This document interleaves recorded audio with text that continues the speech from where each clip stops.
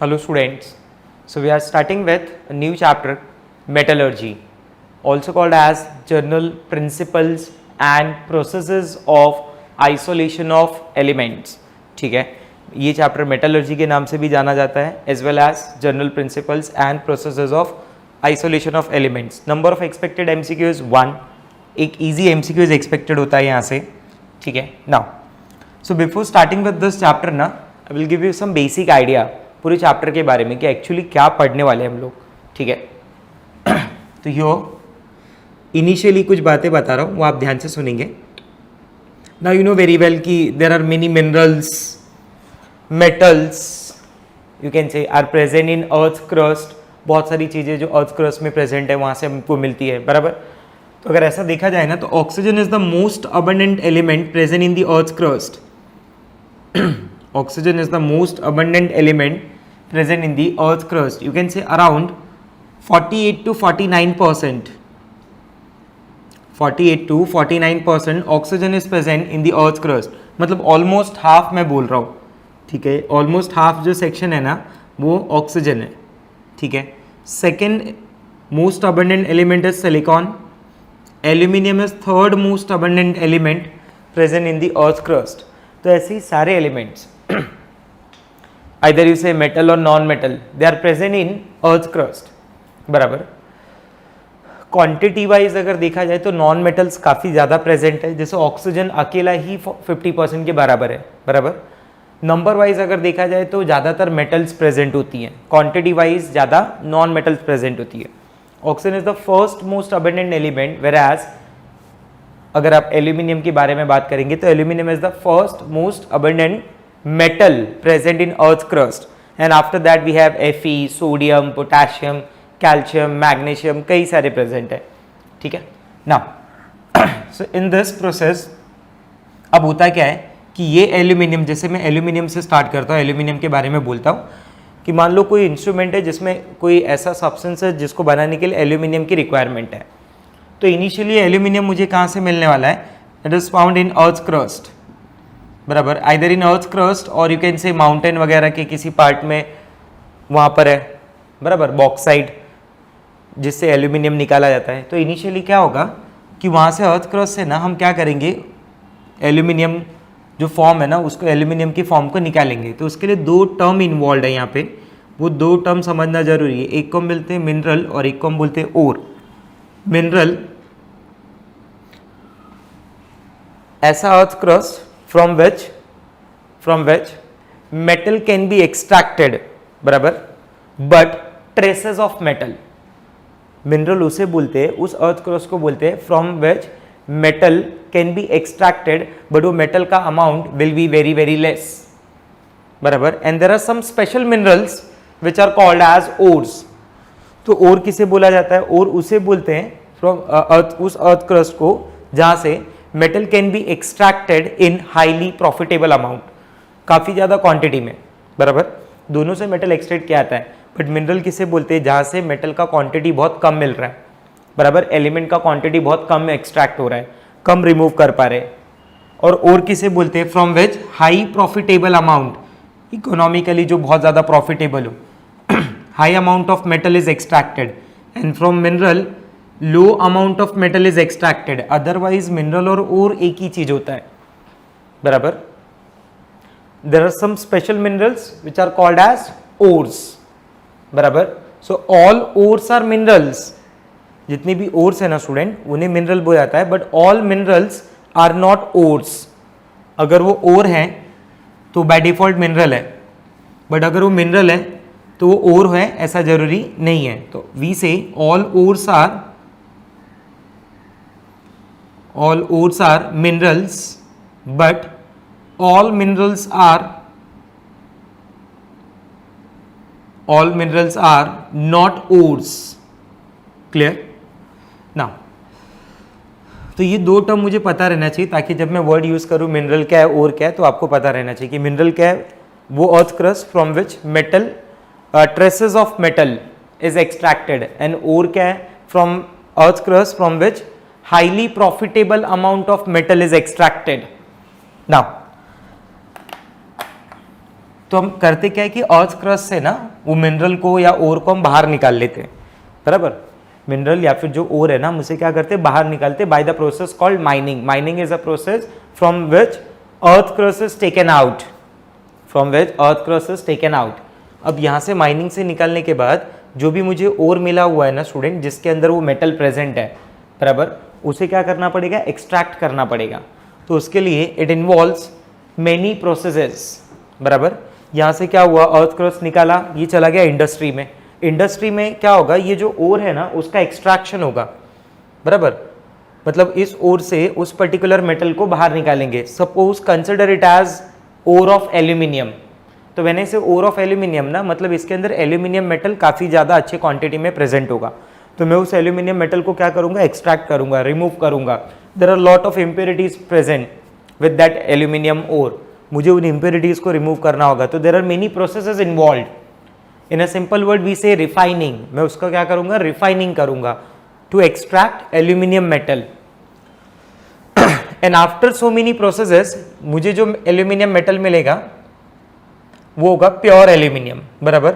और एक बार ये जो प्योर एल्यूमिनियम रेडी हो गया ना, then it is used for the formation of different kind of substances, बराबर। अलग अलग काफ़ी सारी चीज़ें हम अलग अलग आइटम यहाँ से एल्यूमिनियम की हेल्प से बना सकते हैं। तो ये ओवरऑल प्रोसेस है। मुझे क्या पढ़ना है, यहाँ से अर्थ क्रस्ट से लेके ये प्योर एल्यूमिनियम बनने तक का प्रोसेस, बराबर। और इसी प्रोसेस को हम लोग नाम देते हैं मेटलर्जी। इसी को हम लोग क्या नाम देते हैं, metallurgy. Metallurgy is that branch of science, metallurgy is that branch of science which deals with extraction of metals. Metallurgy is that branch of science which deals with extraction of metals, extraction of metal from its ore, from its ore in an economical way, बराबर।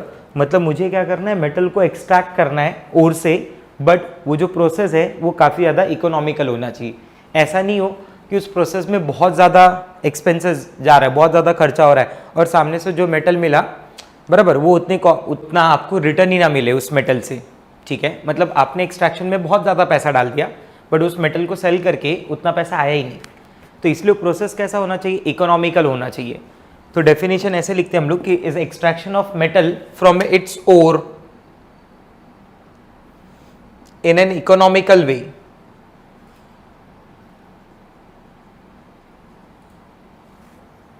बराबर, in an economical way is called metallurgy, बराबर। तो metallurgy में मुझे यहां से लेके यहां तक का प्रोसेस देखना है। अर्थ क्रस्ट से हमने रिमूव किया, बराबर, ओर मिल गया, ओर को प्योरीफाई करना है, उसका प्योरीफिकेशन करना है, ठीक है, और प्योर मेटल की फॉर्म में उसे ऑब्टेन करना है, ठीक है। तो ये पूरा प्रोसेस, ये पूरा पार्ट है इस चैप्टर में जो डिटेल में एक्सप्लेन किया गया आपको। जैसे मैंने एल्यूमिनियम मेटल बोला, ऐसे आप कोई भी मेटल अज्यूम कर सकते हैं, सिल्वर, गोल्ड, कोई भी मेटल अज्यूम कर सकते हैं आप, ठीक है। So now will start with the main important part. आपको ऑलरेडी मैंने दो टर्म समझा दिया कि what is mineral and what is ore, ठीक है। मिनरल ओर क्या है, जो मुझे माइनिंग से अर्थ क्रस्ट मिलता है। If it give highly profitable amount of metal then it is called ore, but if it give very less amount of metal, traces of metal, then it is called mineral, barabar. It means we say all ores are minerals. There are some special minerals which are called ore.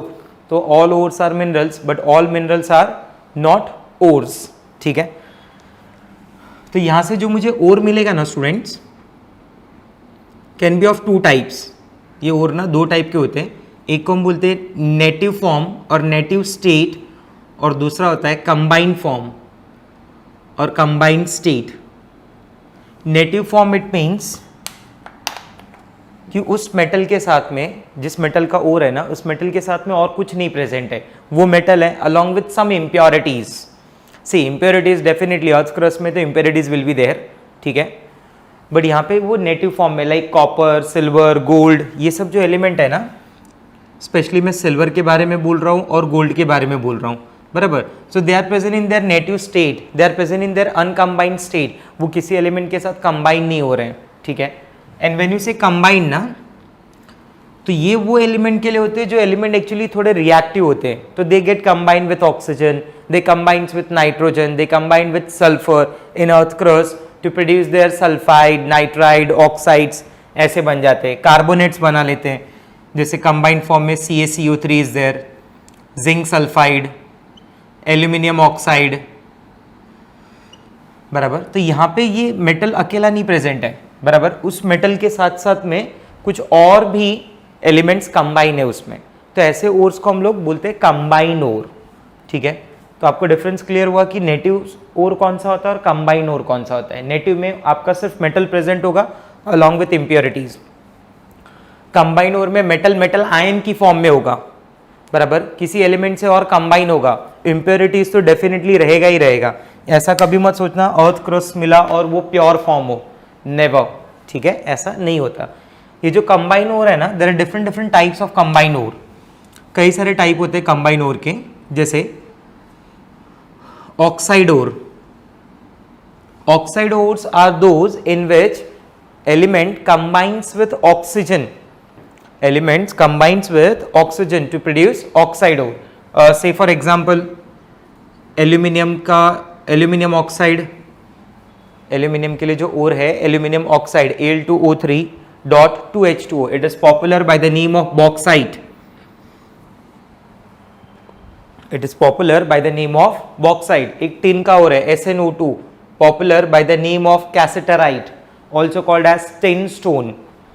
These elements, these ore can be in the form of halides, ये halide के form में भी हो सकते हैं students, halide ore like NaCl, KCl, these are the halide ore। These elements, these metals can be in the form of sulfide ore like ZnS, PbS, HgS, mercuric sulphide, also called as cinnabar, बराबर, इनके अलग अलग नाम भी होते हैं, जैसे PbS का नाम है गैलेना, बराबर, ZnS को हम बोलते हैं जिंक ब्लैंड, बराबर, तो ऐसे भी नाम होते हैं। Apart from this they are also classified as oxide, halide, sulphide, they are also classified as carbonate ore. Carbonate ore CO3-2 contain करता है, जैसे CaCO3, MgCO3, MgCO3 is popular by the name of magnesite, CaCO3.MgCO3, it is popular by the name of dolomite, बराबर, ये भी एक type का और है।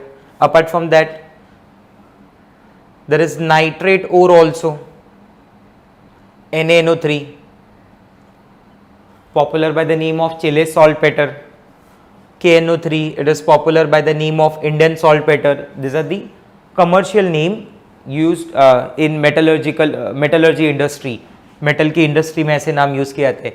Apart from this combined ore में अगर आप और दिखना चाहते हैं तो it is also present in the form of sulphate, sulphate ore की भी फॉर्म में होते हैं, बराबर, sulphate ore ZnSO4, it is also present in the form of phosphate, बराबर, फॉस्फेट ओर की भी फॉर्म है। Apart from that silicates ore are also present, there are different different type of silicates. Phosphate ore में सब बहुत ज़्यादा popular है Ca3PO4 टॉइस, popular by the name of apatite family, CaX2, where X can be equal to fluorine, chlorine or OH। Suppose if X is equal to F ना, तो it is called fluoroapatite। If X is chlorine, then it is called chloroapatite। If X is OH, then it is called hydroxyapatite। So these are the different type of combined ore possible in Earth's crust, बराबर, जिसमें से ये 5 काफ़ी ज़्यादा popular है, oxide, halide, sulphide, carbonate and nitrate, बराबर। अपना जो डिस्कशन रहेगा ना इन जनरल, वो ऑक्साइड, हैलाइड, सल्फाइड और कार्बोनेट से ज़्यादा रहेगा, ठीक है, जो ज़्यादातर हम ओर्स यूज़ करने वाले हैं आज पूरे प्रोसेस में अपने, ठीक है। तो ऐसे फॉर्म में होती है। अब आप खुद इमेजिन करो कि ये आपका ऑक्साइड ओर है, एल्यूमिनियम का ऑक्साइड ओर है, ठीक है। अब ऑक्साइड और एल्यूमिनियम का जो है, इसमें एल्यूमिनियम एक्सट्रैक्ट करना है, बराबर, तो initially there are many impurities present, उन इम्प्योरिटीज को क्या करना पड़ेगा, रिमूव करना पड़ेगा, तो वहाँ से मुझे क्या मिलेगा, pure form of aluminium. And those impurities which are present in these impurities which are present in this ore are called gangue, बराबर। गैंग भी बोलते हैं उसे, गैंग्यू भी बोलते हैं, बराबर, आप कुछ भी बोल सकते हैं। तो इम्प्योरिटीज आर कॉल्ड गैंग्यू। तो ये जो इम्प्योरिटीज है ना, ये इजीली ऐसे गैंग्यू गैंग्यू बोलने से बाहर नहीं जाते, बराबर। इनके लिए we have to involve certain processes, और उन्हीं प्रोसेसेस को, उन्हीं ऑपरेशंस को वी से मेटलर्जिकल ऑपरेशंस, मेटलर्जिकल प्रोसेसेस, ठीक है। तो यहाँ पे मैं आपको एक इन जनरल आइडिया दूंगा कि कौन से मेटल के लिए कौन से टाइप का प्रोसेस परफॉर्म किया जाता है, बराबर। जैसे मैं बात कर रहा हूं लिथियम, पोटेशियम,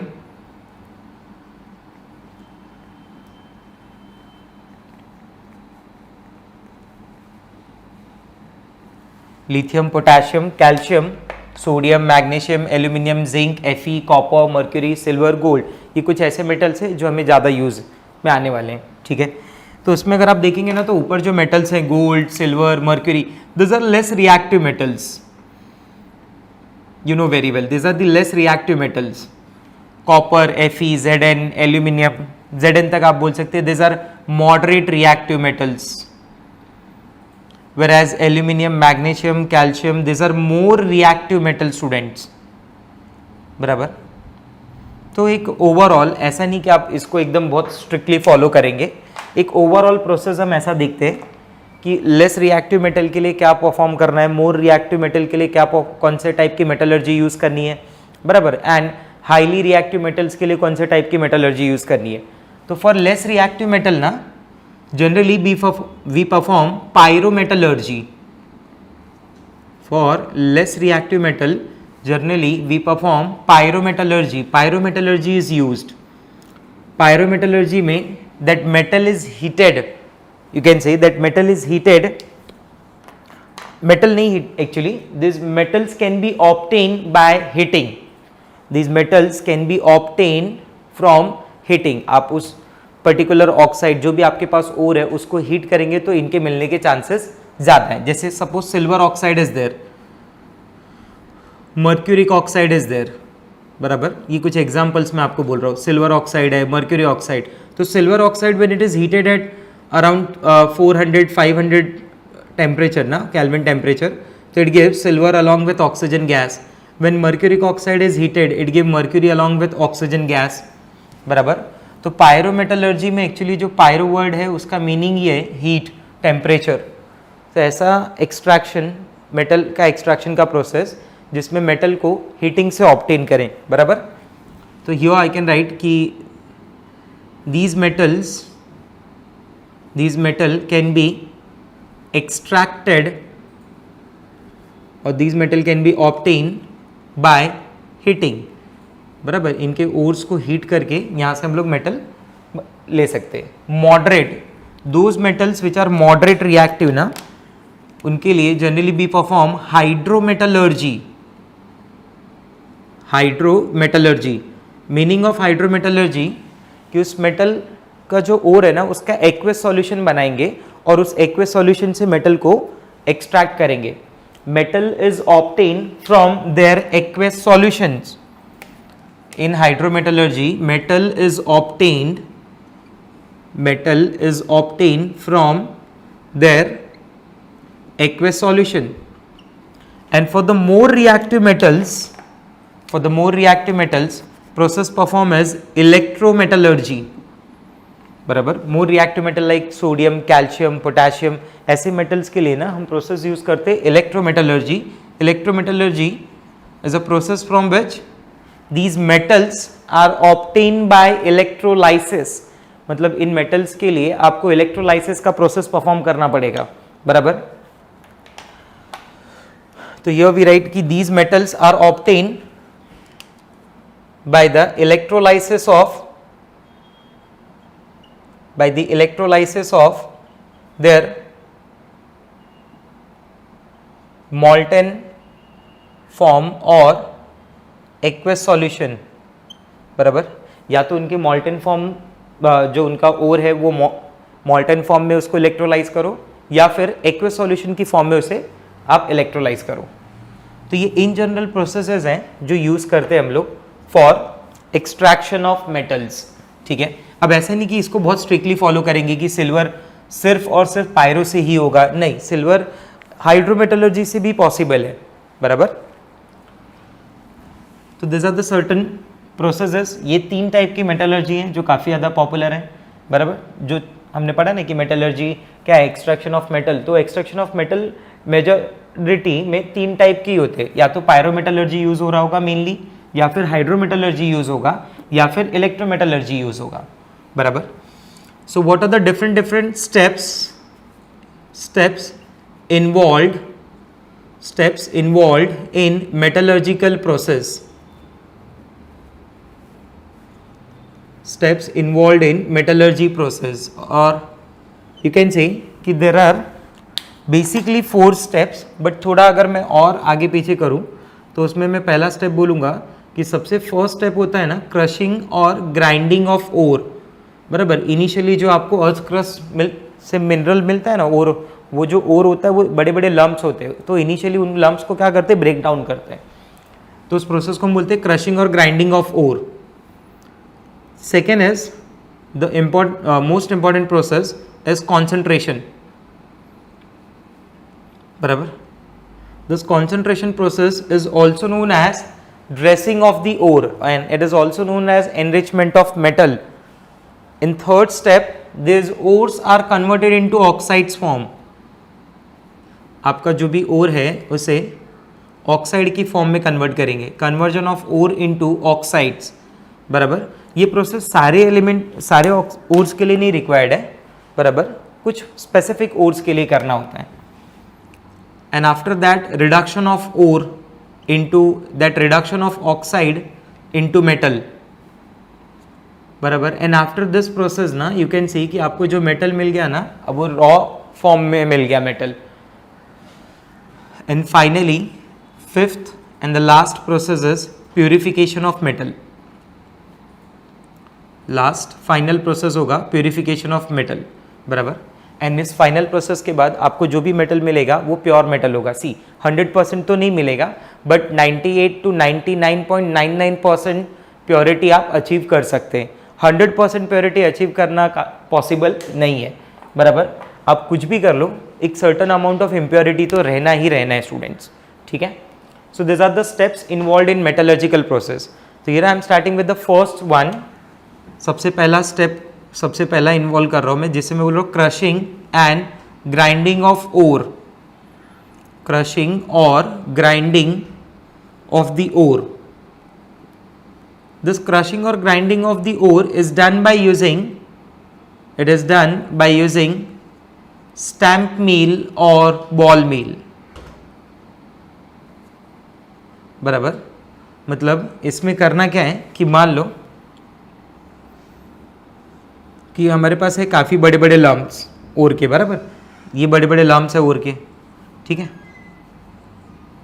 और यहाँ पे हम यूज़ कर रहे हैं, ये स्टील रॉड्स हैं, स्टील रॉड्स, बराबर, जो कनेक्ट किया गया कंटेनर। और इन लम्प्स को उठा के हमने क्या किया, कंटेनर के अंदर डाल दिया, और उस कंटेनर के अंदर स्टील रॉड्स है। अब वो स्टील रॉड क्या करेंगे, दोनों तरफ से उसको कंप्रेस करेंगे, बराबर। तो ये जो बड़े बड़े पार्टिकल्स हैं ना लम्प्स के, उनका क्या स्टार्ट हो जाएगा, ब्रेक डाउन, बराबर। और वो ब्रेक डाउन होंगे तो क्या कौन से फॉर्म में आएंगे, धीरे धीरे पाउडर फॉर्म में। And this powdered form of ore, यहाँ से जो मुझे powdered form of ore मिल रहा है, that powdered form of ore is also called as pulverized ore. This powdered form of ore is called as pulverized ore, and the process is also known as pulverization, बराबर। obtaining a ore, बराबर। ये जो मैं ore को obtain कर रहा हूँ small particle की फॉर्म में, तो उस प्रोसेस को हम नाम देते हैं pulverization, and ore which is obtained is called pulverized ore. See, now definitely there will be lot of impurities present in this pulverized ore. अब उस pulverized ore को मुझे क्या करना पड़ेगा, आगे concentration process के लिए भेजना पड़ेगा। तो यहाँ का सिर्फ एक ही काम है कि बड़े बड़े lumps को स्मॉल, बराबर, ये बड़े बड़े lumps थे पहले हमारे पास, उसको हमने क्या किया, स्मॉल पार्टिकल की फॉर्म में कन्वर्ट कर लिया, बराबर। प्रोसेस क्या हुआ, क्रशिंग, ग्राइंडिंग या फिर पल्वराइजेशन। फायदा क्या हुआ, it also increases the surface area, बराबर। ये जो ओर है ना उसका क्या हुआ, सरफेस एरिया बढ़ गया, तो उसकी आगे रिएक्टिविटी एक्टिविटी बढ़ जाएगी ना. Second step involve in metallurgy is concentration process. In concentration process ना सम इम्प्योरिटीज आर रिमूव. ऐसा नहीं है कि सारे इम्प्योरिटीज रिमूव हो जाती है बराबर, बट कुछ अमाउंट जो है इम्प्योरिटी का वो कम हो जाता है. तो दैट्स व्हाई वी से कि here in this process impurities are remove, so the concentration of metal increases. यानी सपोज इनिशियली 50% मेटल है एंड 50% इम्प्योरिटीज है बराबर. 50% मेटल है एंड 50% इम्प्योरिटीज है. After concentration process now there is 80% metal and 20% impurity बराबर. मतलब certain amount of impurity क्या हुआ, रिमूव हो गया, and that is why the concentration of metal increases. So therefore it is called concentration process, जो metal के concentration को क्या कर रहा है, बढ़ा रहा है. Now apart from that it is also called as dressing of the ore. It is also called as dressing of the ore. It is also called as enrichment of metal. Enrichment of metal. So these are the different names given to concentration processes. Concentration. What are the different methods for concentration? What are the different processes? So it involves 4 processes. Number 1, gravity separation method. सबसे पहला process है gravity separation method, short में मैं लिखूंगा GSM. Second is magnetic separation process, magnetic separation method. Third is froth flotation method, froth flotation process. And the last final one is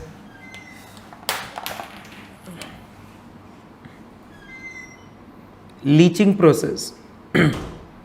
leaching process बराबर. तो this are the 4 processes involve in concentration, जिसमें first 3 processes are the examples of physical process बराबर. It means they do not involve any chemical reactions, whereas the last process, leaching process, is an example of chemical concentration process.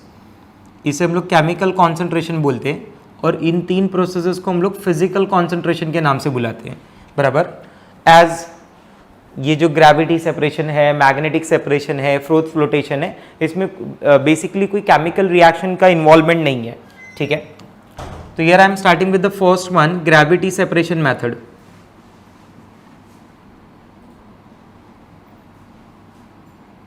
Gravity separation method, it is based on the principal that कि जो heavy particles होंगे ना, heavy particles बराबर, जिनका specific gravity ज़्यादा है, will settle at the bottom बराबर. तो इनिशियली इसमें क्या करते हैं ग्रेविटी सेपरेशन मेथड में कि ओर को ना वॉश करते वाटर के साथ बराबर. That ore is wash with the water. तो जो भी लाइटर पार्टिकल्स होंगे ना, लाइटर पार्टिकल्स वाटर के साथ ऊपर रहेंगे, and that heavier particles get settle down बराबर.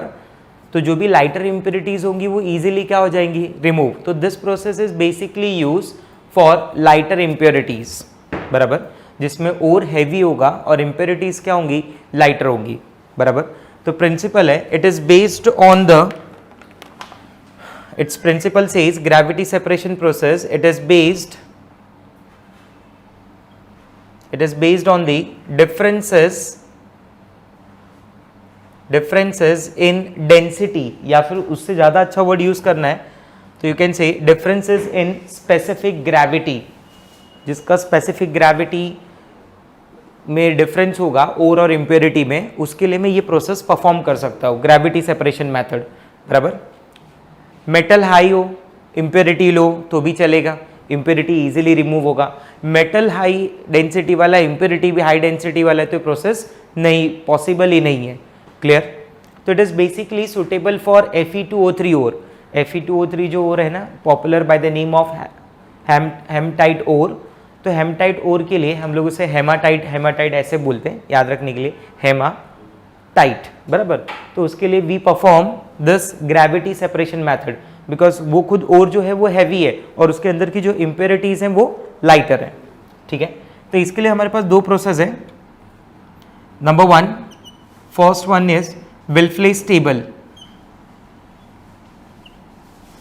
विल्फलेस टेबल, विल्फलेस टेबल एक्चुअली एक वुडन टेबल है, बराबर, एक वुडन टेबल है, ठीक है, ऐसे स्लैंटिंग है इसके अंदर, बराबर, और इसके अंदर एक वाइब्रेटर रखा हुआ है। इनिशियली क्या करते हैं, यहाँ से ये जो पार्ट है यहाँ से ओर और वाटर दोनों को मिक्स करके पास करते हैं। ओर क्या होगा, हैवी होगा ना, तो ये जो गैप्स है ना, उन गैप्स के अंदर ओर रुक जाएगा, वाटर इम्प्योरिटीज को लेके बाहर जाएगा, बराबर। यहाँ से और वाटर क्या होगा, बाहर निकल जाएगा, इम्प्योरिटीज। क्यों? क्योंकि इम्प्योरिटीज का नेचर कैसा है, लाइटर। प्रोसेस आगे और बढ़ता जाएगा, वाटर आगे जाता जाएगा, क्योंकि जो टेबल है Wilfley's table that keeps on vibrating, बराबर।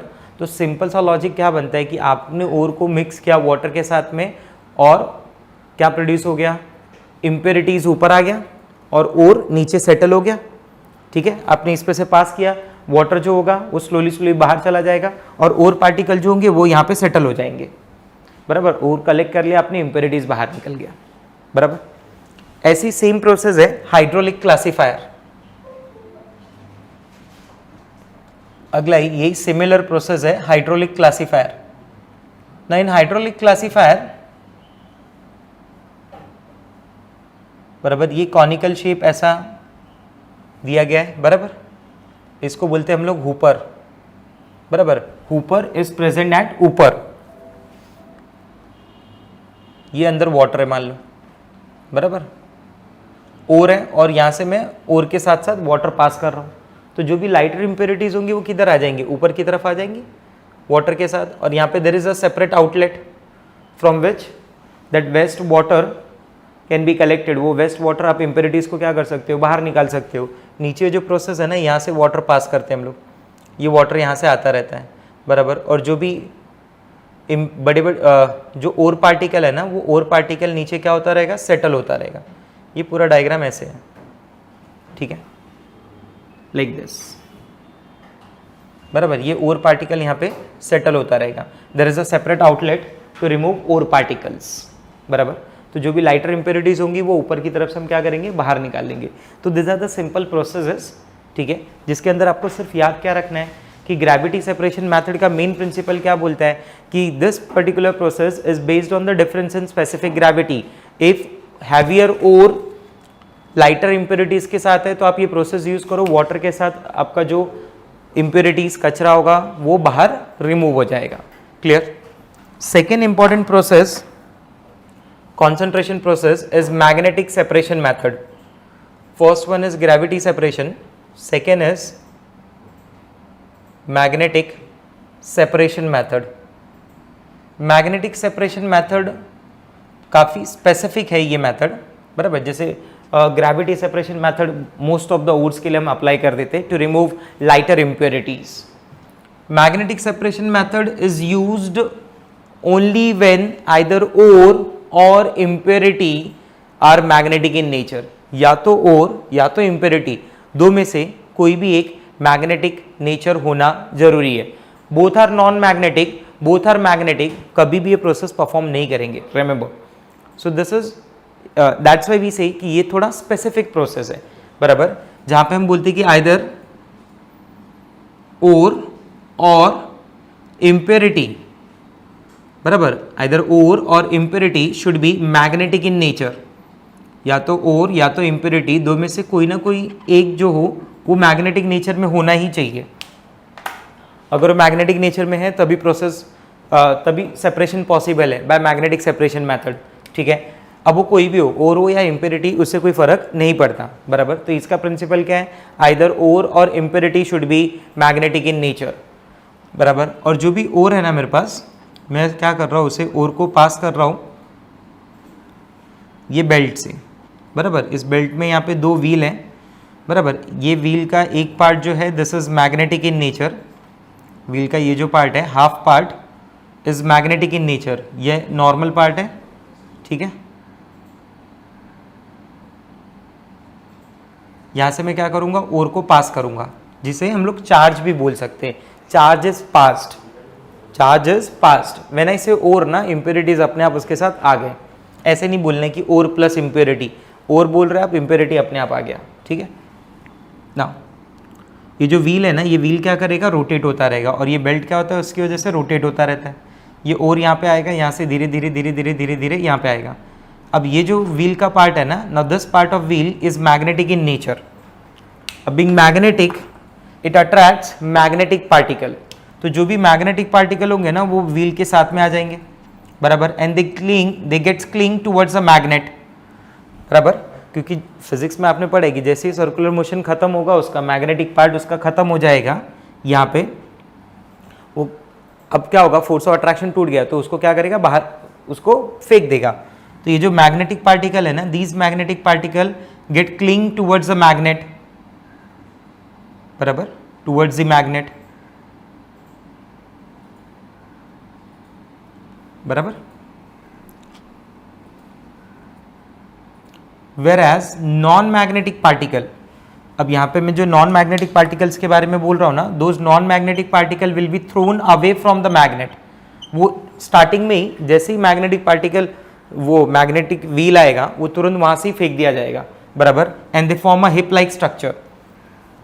अब ये भी इम्प्योरिटी हो सकता है, ये भी इम्प्योरिटी हो सकता है, डिपेंड करता है कि नेचर क्या है उस ओर का, उस ओर का मेटल मैग्नेटिक पार्ट है, ओर मैग्नेटिक पार्ट है, या फिर इम्प्योरिटी मैग्नेटिक पार्ट है। तो एक बहुत पॉपुलर एग्जांपल है जिसके लिए हम लोग ये यूज करते हैं, बराबर, cassiterite, SnO2, cassiterite. This cassiterite ore it contain magnetic impurities. इस कैसेटराइट ओर के पास मैग्नेटिक इम्प्योरिटीज होती है, like ferrous and manganous tungstate. Ferrous tungstate and manganous tungstate are the magnetic impurities present in this cassiterite ore, बराबर। तो ये cassiterite ore जो खुद नॉन मैग्नेटिक इन नेचर है, बट उसके अंदर जो प्रेजेंट इम्प्योरिटी है, FeWO4 and MnWO4, that is ferrous tungstate and magnus tungstate are itself magnetic in nature। तो ये मैग्नेटिक इम्प्योरिटीज क्या हो जाएंगी, रिमूव हो जाएंगी, that will be cling towards the magnet, और जो ओर है नॉन मैग्नेटिक है will be thrown away from the magnet. FeWO4 का नाम है फेरस टंगस्टेट, MnWO4 का नाम है मैग्नस टंगस्टेट। क्लियर। तो याद रखेंगे कि ये काफी स्पेसिफिक प्रोसेस है, ये तभी यूज करना है जब आपको एक बात क्लियर हो कि आइदर ओर और impurity one should be magnetic in nature। Now the next one is third and the most important process, Froth flotation process और Froth flotation method। अगेन ये भी एक स्पेसिफिक मेथड है, it is used only for sulphide ores. ये जो process है, ये जो मेथड है ना, it is only for sulphide ore. ये सिर्फ और सिर्फ सल्फाइड ओर के लिए स्टूडेंट्स, बराबर, बाकी किसी भी ओर के लिए हम इसको यूज नहीं करते, बराबर। इसका जो प्रिंसिपल है वो क्या बोलता है कि सल्फर के जो पार्टिकल्स है ना, जो सल्फाइड पार्टिकल, सल्फाइड है, is preferentially wet by oil, बराबर। जो सल्फाइड है वो प्रेफरेंशियली किससे वेट होता है, ऑयल से, बराबर। तो इस बेसिस पे इसके लिए हम यूज करते हैं फ्रोथ फ्लोटेशन मेथड, बराबर। तो पहले मैं आपको मेथड समझाता हूँ कि मान लो ये दो कंटेनर है, एक बड़े कंटेनर को दो पार्ट में डिवाइड कर लिया है, ठीक है। Here we have paddle wheel, बराबर, ये व्हील है हमारे पास, बराबर, ये उसे ओपनिंग है from which air is passed under high pressure. इस कंटेनर में क्या क्या ऐड कर रहा हूं मैं वो आप ध्यान देना। Water is there, ore is there, बराबर। Apart from water and ore we are adding froth stabiliser, we are adding frothing agent, and we are adding some surfactant also called as collector, बराबर। यानी in short मैं क्या add कर रहा हूँ, froth को produce करने के लिए ना मैं उसके अंदर कुछ ऑयल ऐड कर रहा हूँ, जिसे मैं बोल रहा हूँ फ्रोथिंग एजेंट। फ्रोथ को स्टेबल रखने के लिए we are adding some stabiliser, बराबर। फ्रोथ और ओर पार्टिकल्स को कलेक्ट करने में हेल्प करने के लिए we are adding some surfactant और you can say collector in that. अब ये सब मिक्स करेंगे, एयर पास होगा और ये व्हील को घुमाएंगे, बराबर। वाटर और फ्रोथिंग एजेंट प्रेजेंट होने की वजह से ना यहाँ पे क्या बनने लगेगा, ये फ्रोथ फॉर्म करने लगेगा, बराबर। ये फ्रोथ के अंदर क्या प्रेजेंट है, ऑयल प्रेजेंट है। अंदर जो सल्फाइड ओर है ना, that sulphide ore is preferentially wet by oil particles, that sulphide ore is preferentially wet by oil particles. वो सल्फाइड ओर उस ऑयल की तरफ क्या हो जाएगा, अट्रैक्ट हो जाएगा और ऑयल के साथ ऊपर के लेयर पे आ जाएगा। जो इम्प्योरिटीज है ना, इम्प्योरिटीज तो वाटर के साथ में नीचे सेटल हो गई। इस बार इम्प्योरिटीज ऊपर नहीं गया, इस बार इम्प्योरिटीज वाटर के साथ में नीचे सेटल हो गया और सल्फाइड ओर फ्रोथ के साथ में ये ऊपर की तरफ आ गया, बराबर। एंड लेटर ऑन ये फ्रोथ को मैं क्या करूंगा, बाजू वाले कंटेनर में स्किम्ड ऑफ कर लूंगा। That froth is skimmed off to next container, बराबर। और ये जो फ्रोथ मैंने यहाँ से बाहर निकाला है ना, बराबर, ये फ्रोथ को मैं क्या करूँगा, सनलाइट की प्रेजेंस में रखूँगा। सनलाइट की प्रेजेंस में फ्रोथ क्या हो जाएगा, डिस्ट्रॉय हो जाएगा and you will get your sulphide ore. Impurities जो है वो नीचे का नीचे ही रह गया, बराबर। प्रोसेस में आपको एक बार वापस समझाता हूँ ओवरऑल क्या चीज़ हो रही है।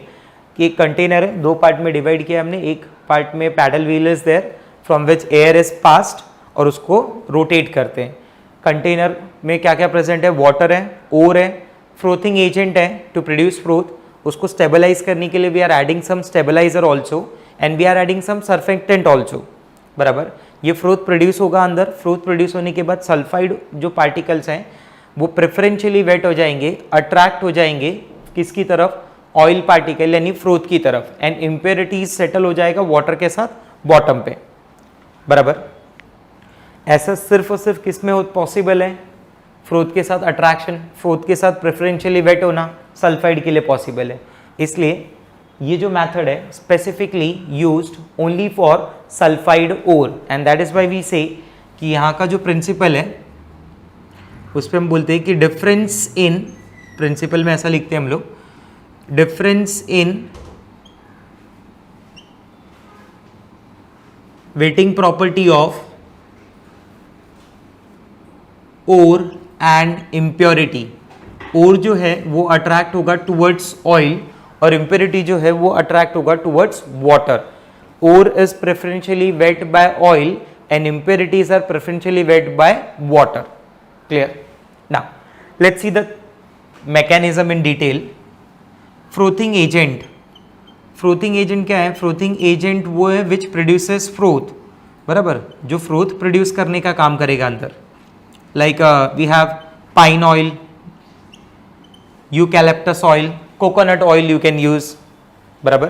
पाइन ऑयल यूज कर सकते हैं, कैम्फर ऑयल यूज कर सकते हैं आप। Second is froth stabilisers. Froth stabiliser का मीनिंग क्या है, फ्रोथ स्टेबलाइजर उसे हम लोग बोलते हैं विच इंक्रीजेज और which helps in increasing stability of, ऐसा लिख देता हूं मैं, विच इंक्रीजेज स्टेबिलिटी ऑफ फ्रोथ, बराबर, जो फ्रोथ को मेंटेन रखने में, बराबर, फ्रोथ को स्टेबल रखने में हेल्प करे। Examples we have aniline, phenol, बराबर, ये सब मैं ऐड कर सकता हूं as a froth stabiliser. Apart from that next is surfactant और कलेक्टर, जो सबसे इंपॉर्टेंट रोल प्ले करते हैं, बराबर, जो ऑयल पार्टिकल और सल्फाइड ओर को साथ में लाने का काम करते हैं, बराबर। Here we have potassium ethyl xanthate. This potassium ethyl xanthate is used as a surfactant, is used as a collector, which helps in combining of sulfide ore and ore particle. आप पोटेशियम इथाइल xanthate यूज कर सकते हो, आप sodium ethyl xanthate भी use कर सकते हो students. Instead of potassium I can use sodium ethyl xanthate also, formula है C2H5 C double bond S single bond S, C2H5O C double bond S single bond S minus Na plus, this is your sodium ethyl xanthate. 8 आ रहा है मतलब is like ester, बराबर, but ये जो है वो सल्फर के एस्टर की फॉर्म में, बराबर, जिसमें बोलूंगा ये जो पार्ट है ना जिसमें S minus S plus C double bond S है, this is polar part, this is hydrophilic part, और ये जो अल्काइल चेन वाला पार्ट है ना, ये अल्काइल चेन का पार्ट होता है non polar part, hydrophobic part, बराबर। तो ये कैसे हेल्प करता है सल्फाइड ओर को अट्रैक्ट करने में? It involve surface chemistry. Surface chemistry क्या बोलता है कि अगर ये जो नॉन पोलार पार्ट है, it combine that non polar part attracts non polar and polar part attracts polar. कोई भी नॉन पोलार पार्ट जो होगा वो किसी नॉन पोलार पार्ट को अट्रैक्ट करेगा, जो पोलार पार्ट होगा वो किसी पोलार पार्ट की तरफ अट्रैक्ट होगा, बराबर। तो अंदर सॉल्यूशन में जो आपके पास सल्फाइड प्रेजेंट है लाइक ZnS PbS जो भी प्रेजेंट है ना, वो आयोनिक फॉर्म में Zn+2 S-2 Pb+2 S-2। तो आपका जो ओर है ना, that ore is an ionic form, that ore itself is polar in nature.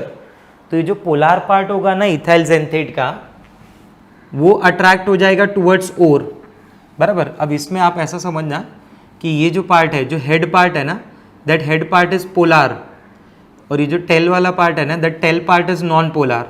Tell part is actually alkyl chain और head part is that C double bond O C double bond S single bond S minus Na plus. तो ये polar part attract हो गया and this polar part combines with polar part of ore and result in formation of associated part, एक नया associated part बना देगा। अब ये फ्रोथ के साथ धीरे धीरे कहाँ पे आएगा, ऊपर की तरफ आ जाएगा, बराबर। इस तरीके का कुछ मैकेनिज्म इन्वॉल्व होता है। जो बाहर का पार्ट है वो हाइड्रोफोबिक इन नेचर है और जो अंदर का पार्ट है वो हाइड्रोफिलिक इन नेचर है। Overall this particle becomes hydrophobic in nature, क्योंकि बाहर जो है वो चेन, ये जो पार्ट दिख रहा है ना आपको, ये आपका अल्काइल का चेन है which is hydrophobic in nature and being hydrophobic in nature ना, ये वाटर को क्या करेगा, रिपेल करेगा, वाटर से दूर जाएगा। तो वाटर से दूर यानी कहाँ पे, फ्रोथ के साथ ऊपर जाएगा, और बाद में इसी को हम लोग क्या कर लेते हैं, स्किम्ड ऑफ। और स्किम्ड ऑफ करने के बाद सनलाइट के प्रेजेंस में, या ड्राई कर लो आप ऐसे ही, ठीक है, हीट नहीं करना है, सनलाइट के प्रेजेंस में ड्राई करना है उसको, और मुझे क्या मिल जाएगा, सल्फाइड ओर, ठीक है। There is associated ore also. Associated ore का मतलब क्या हो गया मालूम है, कि मिक्सचर ऑफ 2 और more sulphide ore, ZnS PbS। But एक बात हमेशा याद रखना, फॉर एसोसिएटेड ओर एक बहुत इंपॉर्टेंट पॉइंट है, for associated ore ZnS and PbS, one should be in less quantity, other one should be in high quantity, बराबर। एक ऐसा होना चाहिए जो अमाउंट में क्या हो, लेस अमाउंट हो, और एक का अमाउंट क्या होना चाहिए, हाई अमाउंट, बराबर, less amount and high amount. Suppose ZnS less amount में, ठीक है, तो ZnS ना वहाँ पे एक्ट होगा एज अ इम्प्योरिटी, और जो हाई अमाउंट में वो मेन ओर की तरह काम करेगा। अब मुझे इनिशियली क्या करना है, एसोसिएटेड ओर में ZnS PbS ओर को बाहर निकालना है स्टूडेंट्स, ठीक है। तो now try to understand this. For such processes in case of associated ore, depressant and activators are used. Depressant वो होगा जो किसी एक ओर का एक्टिविटी डिक्रीज करेगा, बराबर, और एक्टिवेटर नाम से ही पता चल रहा है कि वो एक ऐसा होगा जो ओर की एक्टिविटी को बढ़ाएगा, बराबर। तो here we are going to use for associated ore, first of all मैं यूज कर रहा हूँ डिप्रेसेंट, बराबर, 0.5% solution of aqueous solution of NaCN और KCN is used as a depressant. अब मेरे पास एसोसिएटेड ओर है, ZnS PbS दोनों है उसके अंदर, बराबर। तो apart from froth stabiliser, frothing agent, surfactant, और वाटर, मुझे एक नया पार्ट ऐड करना पड़ेगा, वो होगा 0.5% कॉन्सेंट्रेटेड NaCN और KCN का सॉल्यूशन। ये क्या रोल प्ले करेगा कि जो और कम अमाउंट में होगा, बराबर, ये आप हमेशा याद रखना। अगर आप ऐसा बोलो कि ZnS PbS दोनों सेम अमाउंट में, तो उस केस में उस एसोसिएटेड ओर में रिमूवल पॉसिबल नहीं है किसी एक ओर का, ठीक है। तो बाय एडजस्टिंग देयर प्रोपोर्शन, इनके प्रोपोर्शन को आपको एडजस्ट करना ही पड़ेगा, बराबर। सो नाउ NaCN क्या करेगा, ZnS get combines with that aqueous solution of NaCN, ZnS gets combined with aqueous solution of NaCN to form Na2ZnCN4 complex, बराबर। ये कॉम्प्लेक्स बना देगा और ये एक सॉल्युबल कॉम्प्लेक्स बन जाएगा। इसका नाम है सोडियम टेट्रा साइनो, और you can say cyanido also, sodium tetra cyano zincate. Zincate इसलिए आ रहा है बिकॉज ओवरऑल ये जो कॉम्प्लेक्स है उसके ऊपर नेगेटिव चार्ज होता है, ठीक है। And here Zn is found in +2 oxidation state, तो कॉम्प्लेक्स का नाम हो गया sodium tetra cyano zincate, and it form a soluble complex. And this soluble complex, ये जो कॉम्प्लेक्स है, बराबर, it is soluble in water, and being soluble in water, ये क्या होगा, कंटेनर में नीचे सेटल हो जाएगा along with impurities, whereas the other part, other ore PbS के साथ बाकी सारी चीजें यही होंगी, कलेक्टर के साथ वो कंबाइन होगा, बराबर, पूरा हाइड्रोफोबिक इन नेचर बनेगा, वाटर से रिपेल होगा और फ्रूट के साथ ऊपर की लेयर में आ जाएगा, जिसको मैं स्किम्ड ऑफ करूंगा to obtain PbS। In this way associated ores के केस में उनको सेपरेट किया जा सकता है, बराबर, और मैं यहां से PbS बाहर निकाल लूंगा। After that, to obtain ZnS, activators are used, बराबर। अब वो जो बचा हुआ पार्ट है ना, उसके अंदर मैं क्या करूंगा, एक्टिवेटर यूज कर लूंगा ताकि मुझे ZnS भी मिल जाए, बराबर। Na2ZnCN4, ये जो आपका सॉल्युबल कॉम्प्लेक्स है, it combines with copper sulphate, aqueous solution of copper sulphate. Now here aqueous solution of copper sulphate, it act as a oxidising agent, बराबर, और ये आपको प्रोड्यूस करके देगा ZnS, बराबर। यहाँ से आप जिंक सल्फाइड अब रिमूव कर सकते हैं। ये एक्टिवेटर, इसे एक्टिवेटर भी बोल सकते हैं आप, बराबर। और मेनली जो एक्टिवेटर का रोल है ना, is done by using oxidising agents, बराबर, is done by using oxidising agents. So ऐसे हम एक्टिवेटेड एसोसिएटेड ओर को अलग अलग सेपरेट कर सकते हैं। पहले मैंने क्या ऐड किया, डिप्रेसेंट, जिसने क्या किया, जो एक और है जिसका अमाउंट कम है उसको सेटल किया, ठीक है, बॉटम पे उसका सॉल्युबल कॉम्प्लेक्स बनाया। एंड लेटर ऑन जब एक और मैंने बाहर निकाल दिया जो हाई अमाउंट में था, the other ore activator, the other ore, अब जो दूसरा ओर बचा हुआ है वो एक्टिवेटर से कंबाइन होगा and it result in formation of ZnS, या जो भी ओर बन रहा होगा PbS, जो भी कम क्वांटिटी में होगा वो वापस मुझे मिल जाएगा। Clear? So till now, whatever processes we have discussed, like GSM, gravity separation method, magnetic separation method, Froth flotation method, are the examples of physical processes, बराबर, जिसमें कोई chemical reaction का involvement नहीं होता। But जो next process है called as leaching is an example of chemical process, chemical concentration, ठीक है।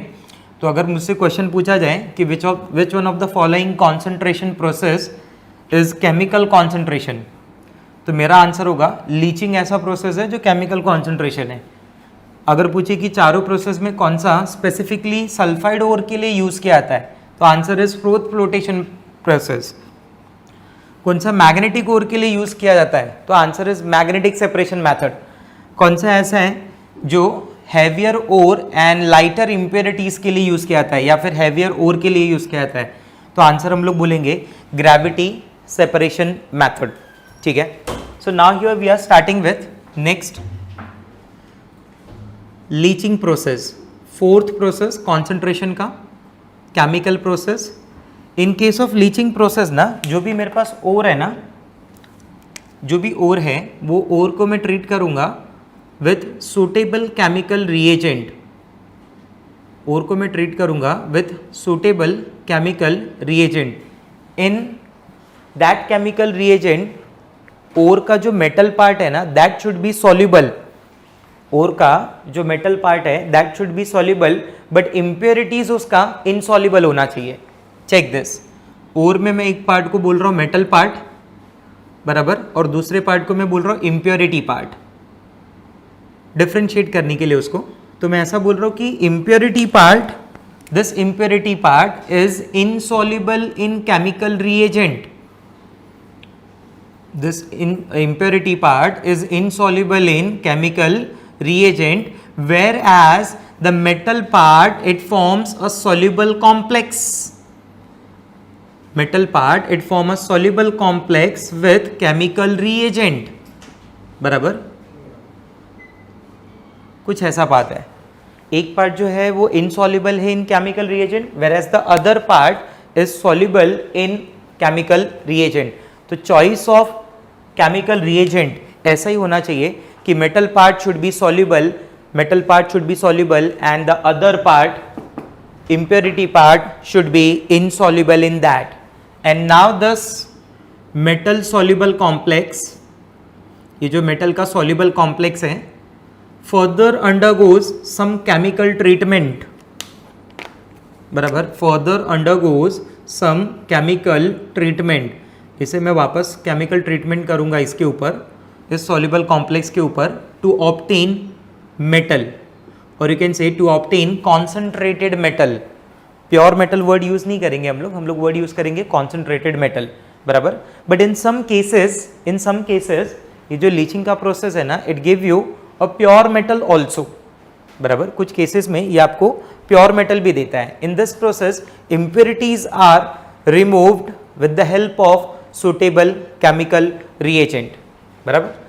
जैसे एग्जाम्पल, एल्यूमिनियम के लिए मैं यूज कर रहा हूँ bauxite ore. Formula given for bauxite ore is Al2O3.2H2O, बराबर। ये आपका ओर हो गया जिसके अंदर इम्प्योरिटीज प्रेजेंट है, and it is treated with chemical reagent NaOH, sodium hydroxide, बराबर। Here I am using NaOH as a suitable chemical reagent. NaOH के लिए खास बात क्या होगा कि impurities are insoluble in water, but इसका जो कॉम्प्लेक्स बनेगा सोडियम के साथ, एल्यूमिनियम का कॉम्प्लेक्स सोडियम के साथ, वो सॉल्युबल होगा। It result in formation of NaAlO2, sodium Meta aluminate. This sodium Meta aluminate is a soluble complex, student, this is a soluble complex, sodium metaaluminate, and this sodium metaaluminate further react,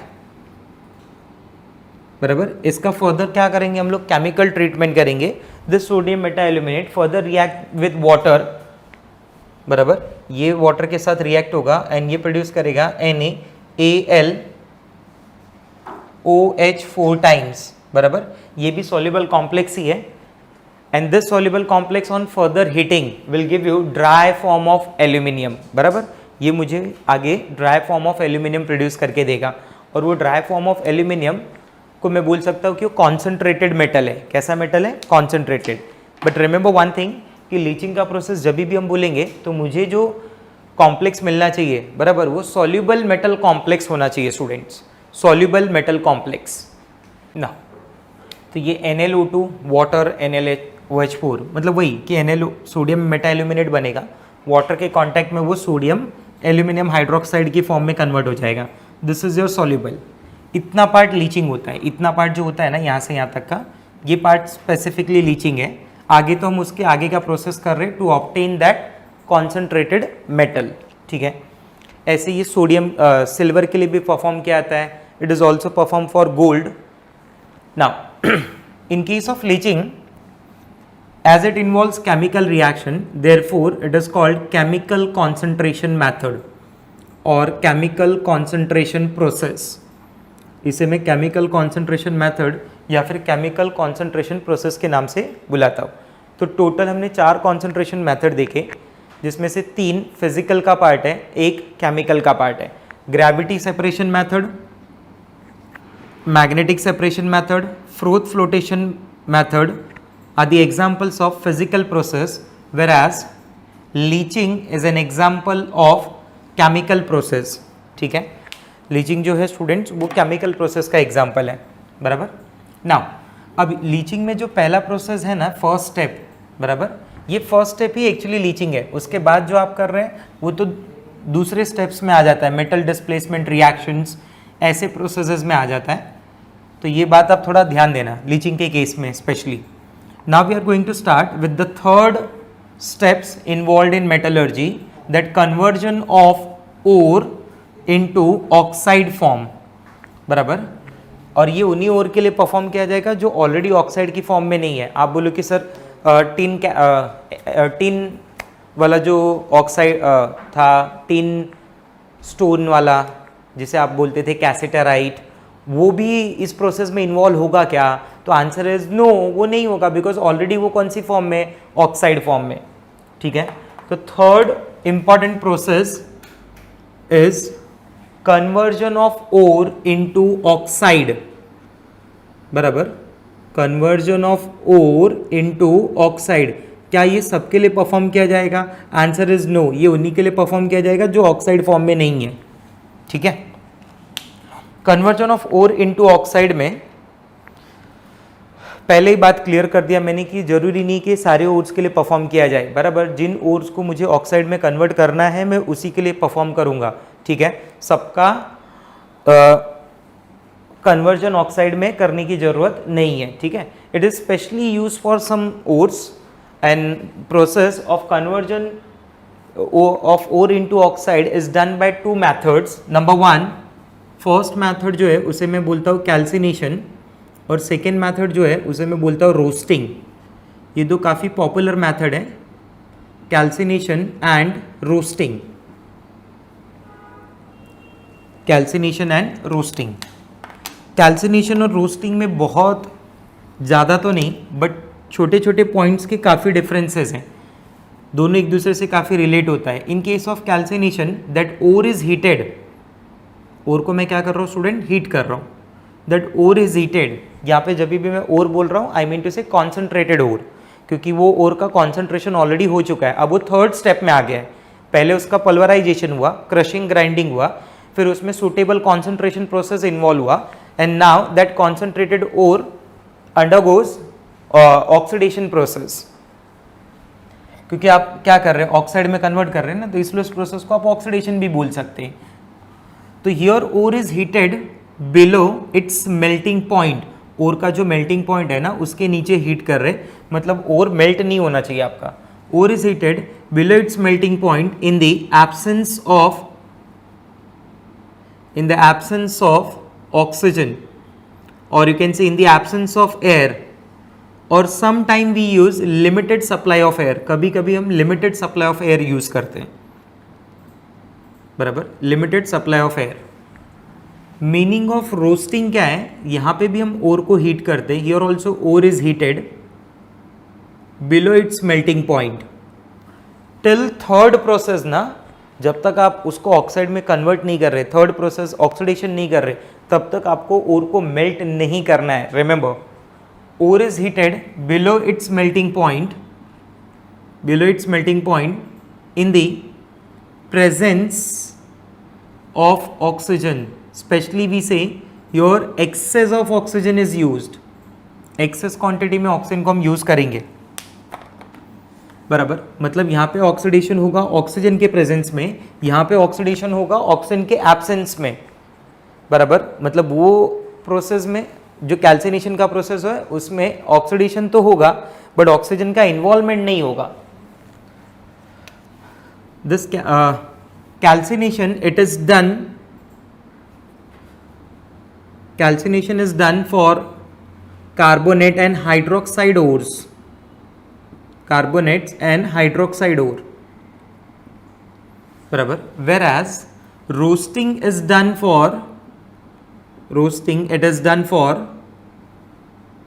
sulfide ore, roasting is done for sulfide ore। Calcination जो process है वो calcination process होता है for carbonates and hydroxide, and whereas roasting process is done for sulphide ore. मतलब roasting specifically sulphide ओर के लिए क्या आता है।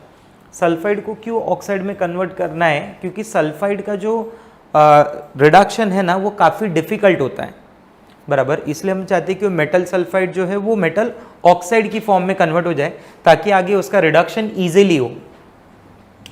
से फॉर एग्जाम्पल अगर मैं बोलता हूँ कि मेरे पास ZnS है, बराबर, तो ZnS react with oxygen gas will produce zinc oxide along with liberation of sulphur dioxide gas.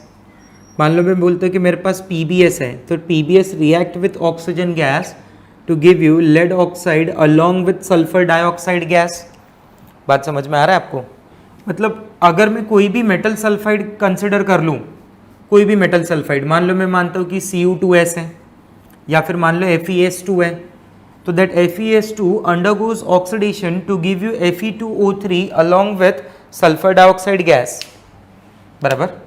PbS में तो कभी कभी PbS प्लस O2 में ना it result in formation of PbSO4, बराबर। कभी कभी वो लेड सल्फेट भी बना देता है, बट कोई टेंशन लेने वाली बात नहीं है। अगर लेड सल्फेट बन गया, ये लेड सल्फेट मुझे आगे हेल्प ही करेगा रिडक्शन प्रोसेस में, वो हम देखेंगे आगे चल के, ठीक है। तो it is done for sulphide ore.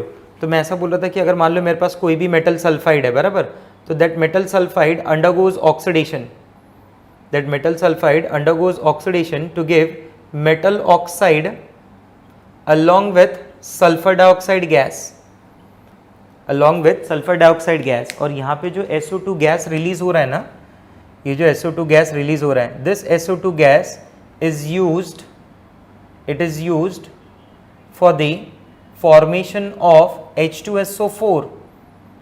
this SO2 gas is used for the formation of H2SO4। ये SO2 गैस हम स्टोर कर लेते हैं। बेसिकली SO2 गैस जो है स्टोर्ड इन स्टील सिलेंडर्स, बराबर, तो हम इसे स्टोर करके रख लेते हैं for the formation of sulphuric acid, ठीक है। In some cases sulphide ore undergoes partial roasting. in some cases that sulfide ore undergoes partial roasting। meaning of partial roasting is कि उसका कुछ पार्ट रोस्ट हो जाएगा, ऑक्सीडाइज हो जाएगा, बाकी का पार्ट एज इट इज बना रहेगा। से for example CuFeS2 popular by the name of copper pyrite, when this copper pyrite undergoes oxidation, when this copper pyrite it undergoes oxidation, it result in formation of CO plus FeO along with SO2, बराबर। But सारा amount नहीं, पूरा amount नहीं, कुछ amount अभी भी जो है वो रोस्टिंग के लिए यूज नहीं हो रहा है, बराबर। या फिर आप ऐसा मान लो, मैं आपको लेड सल्फाइड में ये एग्जांपल बताता हूँ। ये कुछ स्पेशल सल्फाइड है जिनके साथ पॉसिबल होता है, where lead sulfide react with oxygen to give lead oxide along with sulfur dioxide gas, बराबर। बट सपोज अगर मैं बोलूँ कि there is x amount of lead sulfide ना, तो x में से कुछ अमाउंट यूज हुआ फॉर द ऑक्सीडेशन पर्पस, बाकी का अभी भी lead sulphide as it is present है, जिसे मैं पार्शियल रोस्टिंग के नाम से बताऊंगा, ठीक है। पार्शियल रोस्टिंग का डिस्कशन हम आगे भी करेंगे, तो इसलिए ना अभी ये पॉइंट में इंक्लूड नहीं कर रहा हूँ। जस्ट आपको एक आइडिया दे दिया कि some time there is partial roasting also takes place, ठीक है। What about carbonate and hydroxide? इनको ऑक्साइड में कैसे कन्वर्ट करेंगे? इनको ऑक्साइड में कन्वर्ट करेंगे जस्ट बाय हीटिंग। अगर मेरे पास CaCO3 है और उसको मैं स्ट्रांगली हीट करूँ तो it will release CaO along with CO2 gas, ये कार्बन डाइऑक्साइड गैस रिलीज हो जाएगा and it will give you metal oxide. MgCO3 है तो MgCO3 on heating will give you MgO plus CO2 gas. Dolomite is there CaCO3 MgCO3, जिसको अगर मैं strongly heat करूँ तो it will give CaO plus MgO along with carbon dioxide gas. Hydroxides are also used Fe2O3.2H2O, on heating ये water को remove कर देगा और आपको क्या मिल जाएगा? Fe2O3 मिलेगा, बराबर। AlOH थ्राइस जो आपने थोड़ी देर पहले भी देखा था, this AlOH thrice hydroxide form on strong heating it will give you Al2O3 along with water. Water क्या होगा? रिमूव हो जाएगा, क्योंकि आप इतना ज़्यादा हीट कर रहे हैं कि उस टेम्परेचर पे डेफिनेटली वाटर जो होगा वो रिमूव हो गया रहेगा, ठीक है। This is Fe2O3.3H2O, not 2H2O। In case of roasting जो भी नॉन मेटल, अगर कुछ नॉन मेटालिक इम्प्योरिटीज हैं, बराबर, non metallic impurities gets converted into their volatile oxides. This non metallic impurities are gets converted into their volatile oxides. जैसे अगर phosphorus है, बराबर, पूरे ओर में फॉस्फोरस प्रेजेंट है, तो that phosphorus react with oxygen gas to give you P4O10, और ये P4O10 गेट्स छू मतलब रिलीज हो जाएगा ये। सल्फर इज देयर, तो sulphur react with oxygen gas to give you SO2। Arsenic is there, arsenic react with oxygen gas to give AS4O10, बराबर, और ये सब क्या हो जाएंगे, इजीली वहां से रिमूव हो जाएंगे स्टूडेंट्स, बराबर। तो नॉन वोलाटाइल जो नॉन मेटालिक इम्प्योरिटीज हैं, those non metallic impurities gets converted into their oxides, और वो ऑक्साइड कैसे हैं, वोलाटाइल ऑक्साइड से इजीली रिमूव हो जा रहे हैं, बराबर। ऐसे यहाँ पे जो भी हाइड्रेटेड फॉर्म है, जो भी एक्स्ट्रा वाटर है, बराबर, वो हाइड्रेटेड फॉर्म भी क्या हो जाएगा, रिमूव हो जाएगा। जैसे अभी आपने देखा है Fe2O3, Fe2O3.3H2O, बराबर। If you heat it strongly it gets converted into Fe2O3, water molecule वहां से क्या हुआ, रिमूव हो गया, बराबर।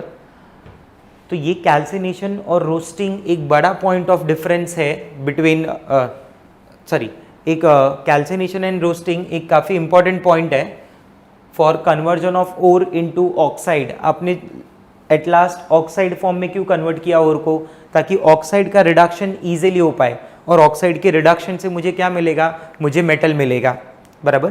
क्योंकि यहाँ पे जो मेटल्स है ना वो कंबाइन फॉर्म में, मैं क्या चाहता हूँ, किससे कंबाइन हो, ऑक्साइड से। क्यों, क्योंकि मेटल ऑक्साइड का रिडक्शन करना ज़्यादा ईजी है as compare to their sulphides, as compare to their carbonates.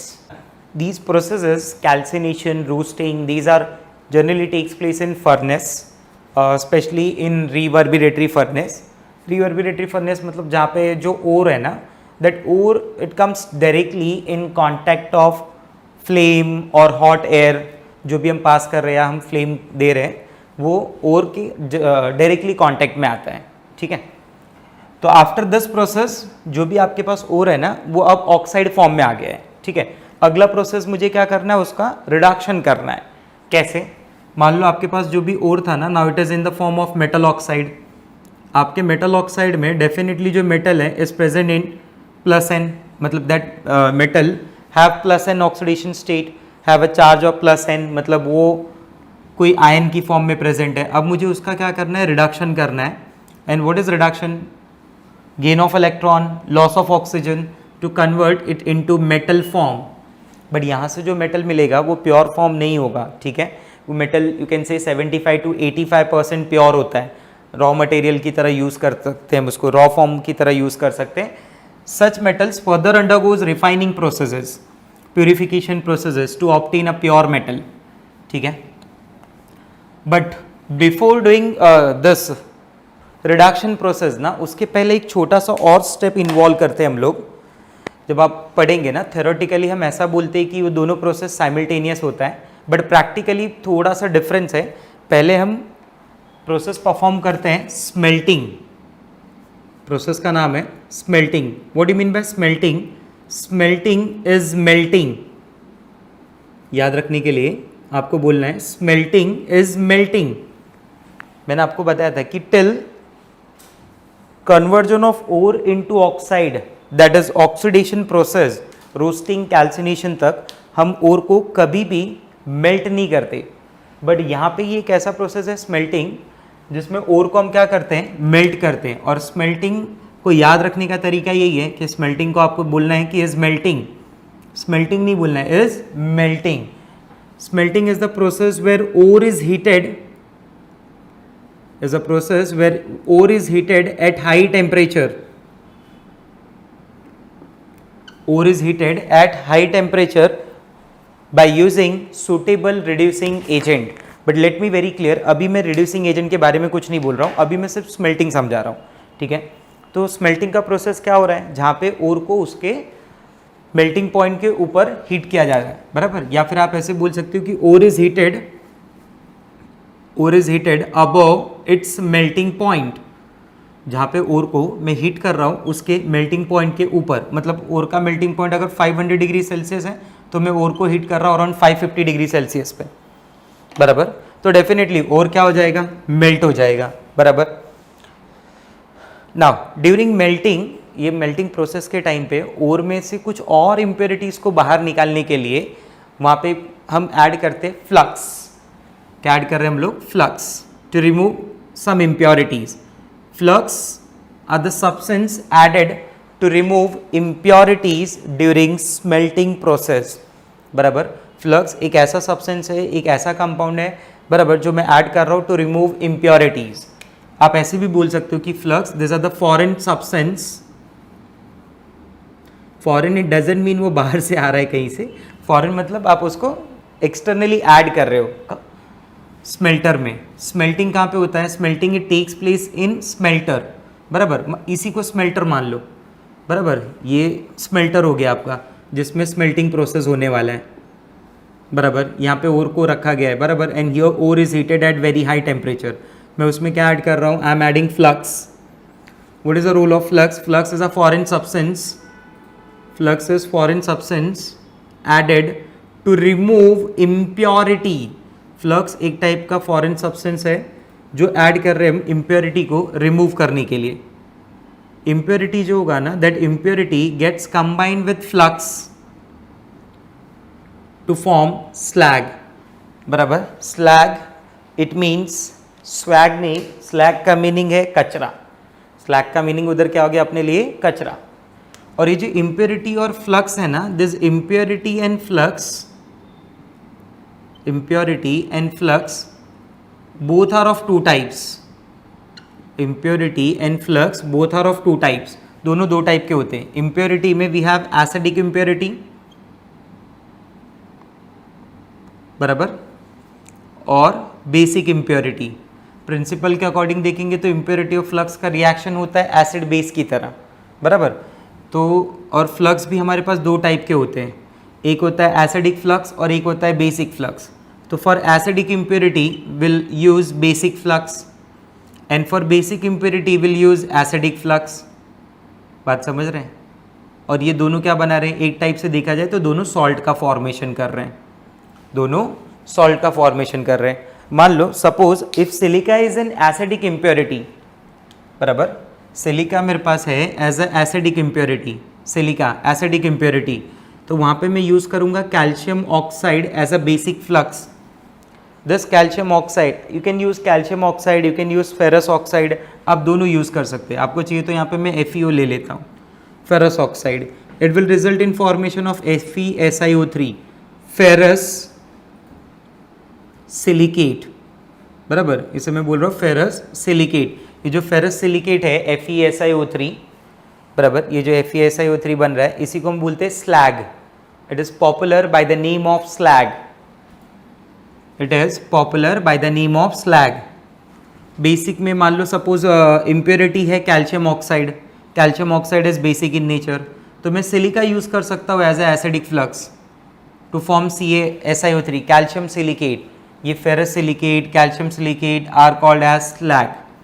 तो व्हेन यू ऐड फ्लक्स ना, तो ये इम्प्योरिटी वाला पार्ट और फ्लक्स वाला पार्ट स्लैग बना देता है। ये जो रेड कलर में मैं दिखा रहा हूँ ना, ये स्लैग है। और ये स्मेल्टर में ना ऐसे ओपनिंग रहेंगी, इन ओपनिंग के through we can remove the slag part. Whenever we want we can remove these slag part. तो ये रिडक्शन का प्रोसेस हो रहा है, बराबर। ये रिड्यूसिंग एजेंट अपना काम कर रहा होगा, रिडक्शन का काम कर रहा होगा। जो मैंने रिड्यूसिंग एजेंट ऐड किया होगा वो क्या काम कर रहा है वो हम बाद में देखेंगे। बट पहले मैं उसके साथ साथ एक छोटा सा पार्ट समझ रहा था कि स्मेल्टिंग जिसमें मैं मेल्ट कर रहा हूँ, फ्लक्स ऐड कर रहा हूँ, तो वो भी कुछ इम्प्योरिटीज़ को क्या कर रहा होगा? रिमूव कर रहा होगा साइड बाय साइड। ये स्लैग का अपना अलग ही स्वैग है, इसके काफ़ी सारे फंक्शन हैं वहाँ पे। फंक्शन ऑफ स्लैग सबसे इम्पॉर्टेंट है कि ये स्लैग क्या करता है? रिमूव कर लेता है इम्प्योरिटी, मतलब इम्प्योरिटीज़ की फॉर्म में ये रिमूव हो जाता है। इम्पॉर्टेंट वन ये है कि ये स्लैग जो होता है ना वो लाइटर इन नेचर होता है, बराबर। तो ये ओर के अपर वाले सरफेस पे आता है, अपर सरफेस पे आता है, बराबर। और अपर सरफेस पे आने की वजह से it prevents further oxidation of metal, it prevents further oxidation of metal. As I told you कि मैंने क्या बोला कि अंदर मैंने एक रिड्यूसिंग एजेंट ऐड किया हुआ है, बराबर। वो रिड्यूसिंग एजेंट मेटल ऑक्साइड को क्या करेगा? मेटल की फॉर्म में कन्वर्ट कर देगा, बराबर, मेटल की फॉर्म में कन्वर्ट कर देगा। अगर ये मेटल डायरेक्टली एटमॉस्फेयर के कांटेक्ट में आ जाए because our atmosphere is oxidizing in nature. Being oxidizing in nature, it easily oxidizes metal. तो ऐसा हो सकता है कि वापस वो मेटल ऑक्साइड की फॉर्म में कन्वर्ट हो जाए, बराबर. इसको अवॉइड करने के लिए, बराबर, इसको प्रिवेंट करने के लिए एक्चुअली वहाँ पे जो लेयर है, स्लैग जो है, वो एक लेयर की तरह आ गया अपर सरफेस पे. अब अगर ऑक्सीडाइजिंग जो नेचर है एटमॉस्फेयर का, वो अगर कांटेक्ट में भी आ रहा है तो स्लैग के कांटेक्ट में आ रहा है, वो मेटल ऑक्साइड के डायरेक्ट कांटेक्ट में नहीं आ रहा है. And that is why we say कि it prevents further oxidation of metal, बराबर. और इम्प्योरिटीज जो होती है ना students, impurities are refractory in nature. Generally जो इम्प्योरिटीज होती है ना, वो रिफ्रैक्टरी इन नेचर होती है. रिफ्रैक्टरी मतलब कि वो बहुत ज़्यादा टेम्परेचर रेजिस्ट कर सकती है, वो इजीली मेल्ट नहीं होती, इजीली फ्यूज नहीं होती, बराबर. But due to the formation of slag, as soon as this basic impurity combined with acidic flux और acidic impurity combined with basic flux, जैसे वो कंबाइन हो जाता है और स्लैग बना लेता है ना, स्लैग आर इजीली फिजिबल, बराबर. मतलब स्लैग जैसे ही बनेगा ना, वो इजीली मेल्ट हो सकता है. इम्प्योरिटीज उतना इजीली मेल्ट नहीं होता है. क्लियर हो रहा है आपको बात? क्योंकि अगर अंदर इम्प्योरिटीज, मुझे क्यों रिमूव करना पड़ा इम्प्योरिटीज, इसका ये रीज़न था कि अगर अंदर इम्प्योरिटीज प्रेजेंट होंगी तो ज़्यादा हीट लगेगा, टेम्परेचर ज़्यादा जाएगा. इसलिए हम क्या चाहते हैं कि मैं रिड्यूसिंग एजेंट तो ऐड करूँ, लेकिन साथ साथ में स्लैग क्या हो, मेरा जो इम्प्योरिटीज़ है वो स्लैग बन के वो मेटल मेल्ट होके अलग हो जाए. अदरवाइज वो प्रॉब्लम क्रिएट करेंगे. अगर इम्प्योरिटीज होगी तो टेम्परेचर बहुत ज़्यादा लगेगा.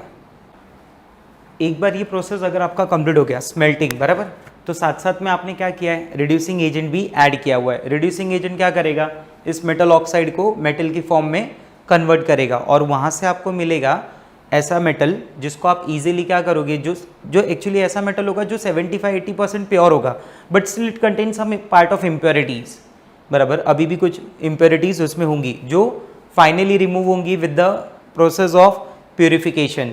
उस पूरे रिफाइनिंग के प्रोसेस में रिमूव होने वाले हैं. ठीक है. तो टिल नाउ, अभी के लेक्चर में आज हमने क्या डिस्कस किया.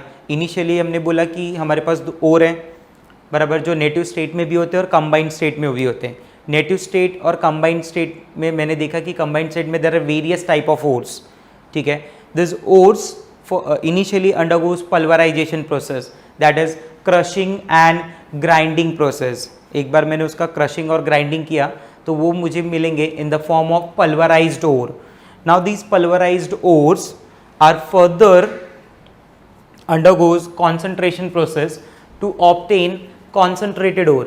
और एक बार जो मुझे concentrated ore मिलेगा उसे मैं आगे फिर किस लिए लेके जाऊंगा, for oxidation purpose, जिसमें उसे मैं कन्वर्ट करूंगा इन ऑक्साइड फॉर्म. सर अगर वो ऑलरेडी ऑक्साइड है तो कन्वर्ट करने का ज़रूरत नहीं है. ऑक्साइड में कन्वर्ट करने के कितने प्रोसेस हैं, दो, calcination and roasting. If it is a sulphide ore then should be heated in the presence of oxygen. जहाँ पे कोई भी मेटल सल्फाइड हो, ऑक्सीजन के प्रेजेंस में आपको क्या प्रोड्यूस करेगा, metal oxide along with sulphur dioxide. As I told you कि इन सम केसेस, कुछ स्पेशल केसेस ऐसे हैं, there are some special sulphide ores in which partial roasting takes place, जिसका आपको डिटेल में डिस्क्रिप्शन नेक्स्ट लेक्चर में मिलेगा reduction process में. ठीक है. तो ये दो प्रोसेस है, calcination and roasting. In both the processes metal is heated below its melting point. आप हीट तो कर रहे हैं बट मेटल को मेल्ट नहीं कर रहे, ये याद रखना. हीट करना अलग बात है, मेल्ट करना अलग बात है. मतलब आप इतना टेम्परेचर नहीं दे रहे कि अगर ओर का मेल्टिंग पॉइंट 500 है तो आप 500 से ज़्यादा नहीं दे रहे, आप 400-430 तक ही टेम्परेचर दे रहे हैं. ठीक है, ताकि रिएक्शन हो जाए और वो ओर ना मेल्ट हो, बराबर. Now in case of roasting and calcination, these are very specific process. Roasting is done for sulfide ore, calcination is done for carbonate and hydroxide. And once the ore is converted into oxide, तो उसका start करेंगे smelting. Now that ore is heated at high temperature. See, impurities are present. To remove those impurities, now we'll add some foreign substances to remove impurities. And these foreign substances जो मैं use कर रहा हूँ impurities remove करने के लिए are called as flux. और अंदर जो impurity है और जो फ्लक्स है दोनों दो टाइप के मिलते हैं, एसिडिक बेसिक. उनका रिएक्शन बेस्ड होता है एसिड बेस, बराबर, to give salt. This acid base react to form salt, और इनके जो सॉल्ट होते हैं वो सिलिकेट्स होते हैं. Generally I can see generally slag जो फॉर्म होते हैं ना, generally slags are silicates. Generally ये जो स्लैग होते हैं ना वो सिलिकेट होते हैं, जिनको हम क्या करते हैं इजीली रिमूव करते हैं. क्यों रिमूव करते हैं? This are lighter in nature. ये कहाँ पे फॉर्म होंगे? अपर सरफेस, बराबर. उसका जो अपर सरफेस है ना स्मेल्टर का, उसके ऊपर फॉर्म हो रहे हैं, तो वहाँ से उनको इजीली रिमूव किया जा सकता है, बराबर, प्रोसेस कंप्लीट होने के बाद. इसका मेन रोल क्या है, मेन फंक्शन क्या है? मेन फंक्शन ये है कि लाइटर इन नेचर होने की वजह से अपर सरफेस पे आता है and it prevents further oxidation of metal, बराबर. और इम्प्योरिटीज़ जो होती है वो रिफ्रैक्टरी इन नेचर होती है, ईजिली मेल्ट नहीं किया जा सकता डायरेक्टली उनको. तो इसलिए जब फ्लक्स इम्प्योरिटीज़ के साथ कंबाइन होकर स्लैग बनाता है ना, तो स्लैग ईजिली फिजिबल होता है. मतलब अकेला सिलिका मेल्ट करना पॉसिबल नहीं है, बट सिलिका जब FeO के साथ कंबाइन हो जाए तो FeSO3 बन जाए, सिलिकेट की फॉर्म में आ जाए, स्लैग बन जाए, तो उसे ईजिली मेल्ट किया जा सकता है, बराबर. और साइड बाय साइड मैंने अंदर क्या ऐड किया हुआ है? Reducing agent. तो अगला प्रोसेस होगा for extraction of metal, metallurgy के लिए, वो है रिडक्शन प्रोसेस. ठीक है, जिसका डिस्कशन नेक्स्ट क्लास में करेंगे. आज के लिए इतना ही. ठीक है, चलो बाय एवरीवन, टेक केयर.